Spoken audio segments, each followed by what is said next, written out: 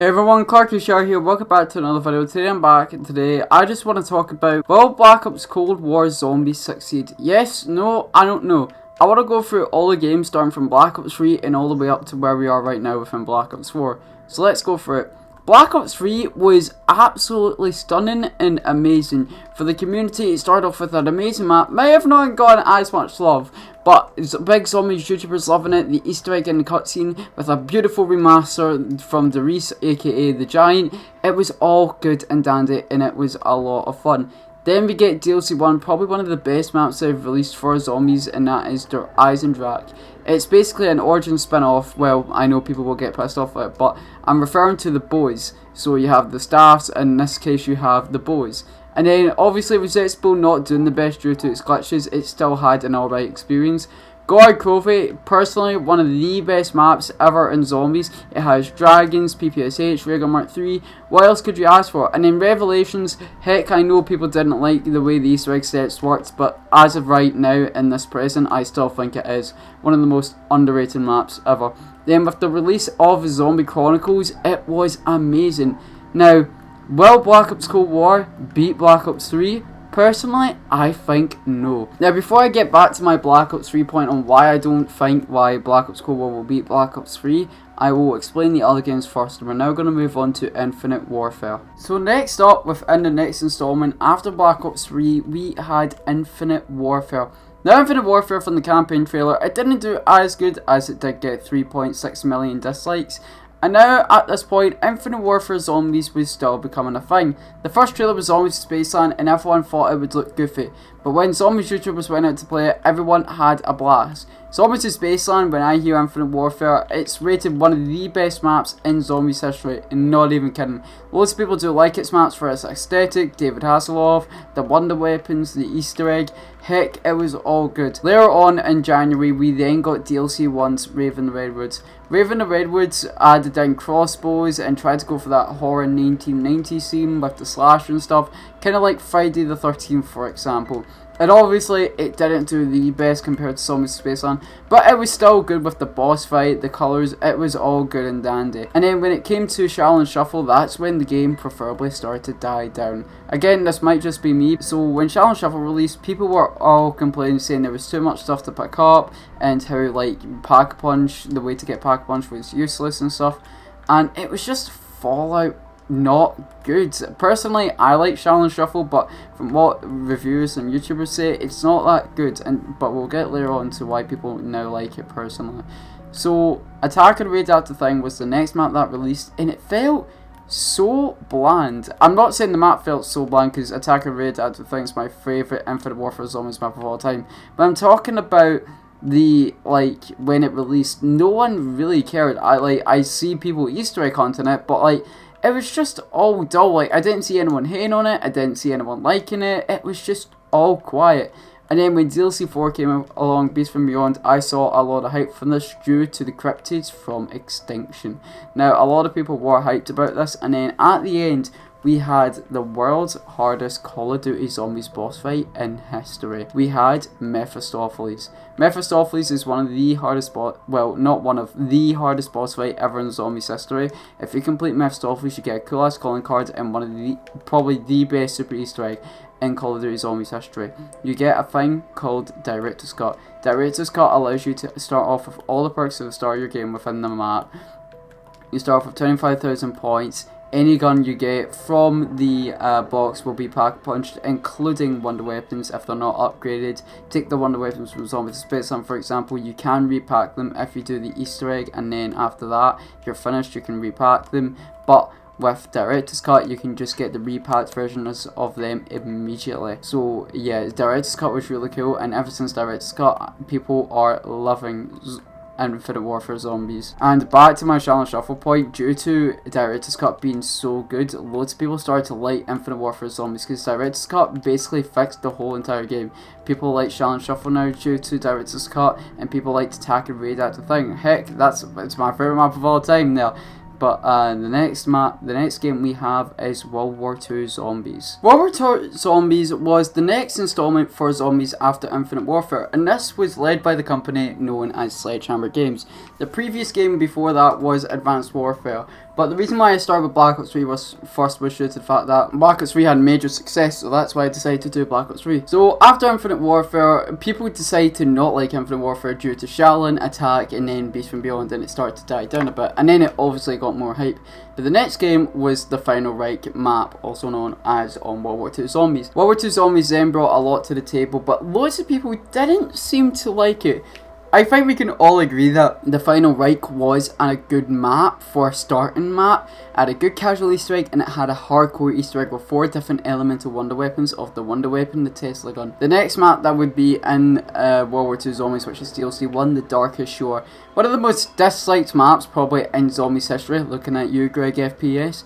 But I can understand why, due to the fog, the Easter egg being not so easy on solo. Hey, that's just me, I'm just fucking shit. But the more I've played the Darkest Shore, the more I have had fun on it.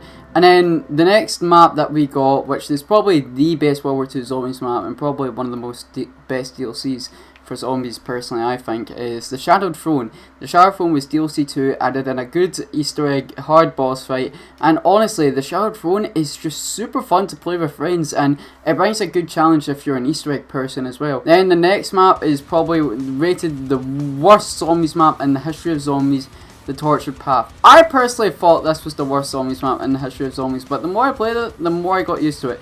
The reason why this got hated so much was due to the fact that how the Easter egg worked. Think of survival maps from Black Ops 2 here for a second. It's like that, but worse. So, taking the survival maps, you have the normal survival maps, but there'd be no Easter egg unless you played on the Tortured Path game mode. If you played the Tortured Path game mode, you need to unlock all the 3 maps that were in the Tortured Path.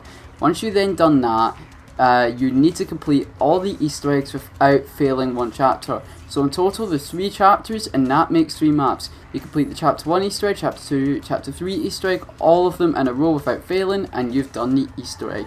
But say you've done the chapter 1 Easter egg and you do the chapter 2 Easter egg, you need to start all the way back from chapter 1. And people did not like it. And then when it came to the pre-patch version of Tortured Path, the challenges were unstable. By that I mean some were harder than others when they seem easy, but with the patch they're all easy now, and they're just more enjoyable, I will say, instead of it being a stress fest on release.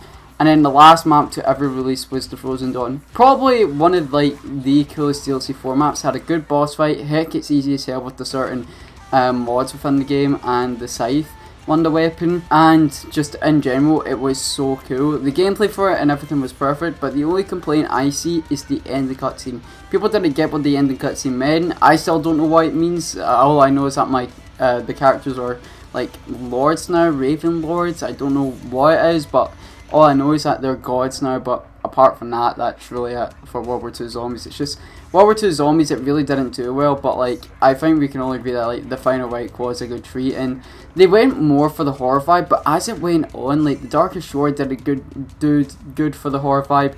And then when I was playing the Shadowed Throne, I felt like I was playing Zombies. I can't remember that game, but it was like Zombies at War 4 or something. I can't remember what it was called, but that's what I thought. And then Tortured Path, that was the map that brought World War II Zombies down as a whole. But all in all, I thought World War II Zombies was okay, but it definitely did have a lot of work to do for the community. And then comes the big one, Black Ops 4. Now, Black Ops 4 was probably one of the most rushed Call of Duty games ever. Black Ops 4 was rushed due to the fact that Battle Royale was taken over, and Activision wanted Treyarch to rush their game in a Battle Royale. The whole point of Black Ops 4 was mainly for Blackout. They mainly put their resources into Blackout, they scrapped the campaign, they gave multiplayer updates due to Blackout, because multiplayer and Blackout similar, just bigger maps and other updates, sure. But with Zombies, it didn't do so well. I think we can all agree that Black Ops 4 Zombies did have some good moments.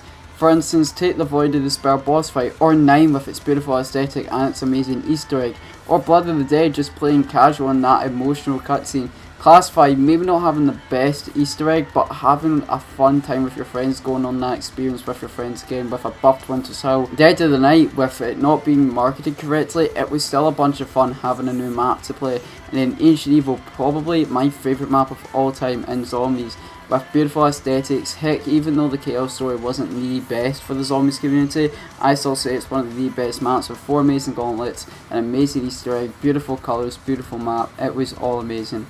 and it came the return of Ether again with Alpha Omega and Nuketown Remake, which loads of people didn't like remakes, but people did enjoy Alpha Omega for it, as with elemental Reagan Mark 2s or variants of Reagan Mark 2s, and you had a cool Avogadro boss fight. Then after that, the finale was Tag der Toten, which then ended off the Victus, the Ultimus, and the Primus characters. They sadly died. They'd done what they had to do to end the cycle within the Call of the Dead remake, which was Tag der Toten. Loads of people hate Black Ops 4 Zombies due to its glitches and its bugs, and it just not being like BO3. Now, I'm not saying that we should just get a full-on BO3 standoff, because I want to see new things, sure, but this is the community. And going back to my Black Ops 3 point, I think Black Ops Cold War Zombies will do better than every single Zombies game apart from Black Ops 3. The reasons why is because this game has been rushed yet again. Now, the reason why due to that is because originally Sledgehammer was supposed to be the ones making this game, but instead Treyarch had to take over due to Sledgehammer and Raven having disagreements. But I still have a bit of faith in this game. This game has been the most game that has the most companies working on it. So we have Shanghai Studios, Demonware, Treyarch, Raven, Sledgehammer, and honestly, like, I really do have high hopes for this game. As you know, the multiplayer alpha for Black Ops Cold War did recently end, and we still haven't got a Zombies reveal, but we did get a Zombies teaser. It was honestly really cool, and honestly, I can't wait. Hopefully the Zombies teaser is going to be on Wednesday, because that's 2 weeks away from the beta. 2 weeks before that happened, we had the multiplayer reveal, and then 2 weeks before the multiplayer reveal, we had the campaign, so it would honestly make sense. And 2 weeks after September 23rd, we would then get the multiplayer beta, so I think it would honestly make sense. But honestly, as long as Black Ops Cold War goes right, listening to the community a lot as they can, making the game perfect for everyone, not having blue screens at the start of their game, I have absolute faith. Now, that doesn't mean that we should keep our hopes up high. Personally, I'm seeing a lot of Twitter saying, oh, we're going to keep our expectations at a minimum, not too high, not too low, just in the medium.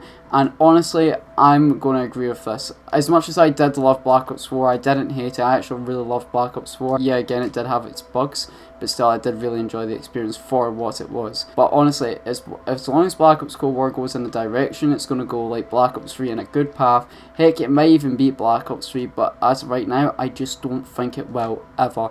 Black Ops 3 introduced the Z-House 2017, EE4C 2016 and 2017, ZWC, and it inspired a lot of small creators to do more zombies, and heck, even Zombie fucking Chronicles. So yeah, I just don't think this game will be better than Black Ops 3, but I think it will be better than all the other games that we have had in the past for Call of Duty. So that means Black Ops 1 Zombies, World at War Zombies, Black Ops 2 Zombies, Infinite Warfare, Advanced Warfare, World War 2, and Black Ops 4. I just don't think it'll beat Black Ops 3, because due to the fact that Black Ops 4 and Infinite Warfare and World War 2 happened, there's loads of people out there thinking that, oh, we shouldn't put our expectations that high. But as long as they make this game perfect, I still have a bit of faith that this game can be better than Black Ops 3. But as of right now, I don't fully know. Let me know in the comment section down below, guys, what do you think will happen to Black Ops Cold War Zombies? And for the question of the title, do I think Black Ops Cold War Zombies will succeed? Yes, I just think it will be better than Black Ops 4 because they have learned from their mistakes, from what the community has said, and all sorts. But honestly, I really did have fun with Black Ops 4. And honestly, no matter what they do, knowing me, the fanboy I am for zombies, I will probably like the next game. But we'll just need to see what happens. But yes, guys, thanks so much for watching. If you did enjoy, please subscribe, leave a like, click notification bell, always do to the channel. Hope you have a good rest of your day. Let me know in the comment section down below what games do you think Black Ops Cold War Zombies will do better than, and do you think Black Ops Cold War Zombies will succeed or not? Let me know in the comment section down below. But yes, guys, thanks so much for watching. Have a good rest of your day, and I will see you all in the next video live stream, boys. And goodbye.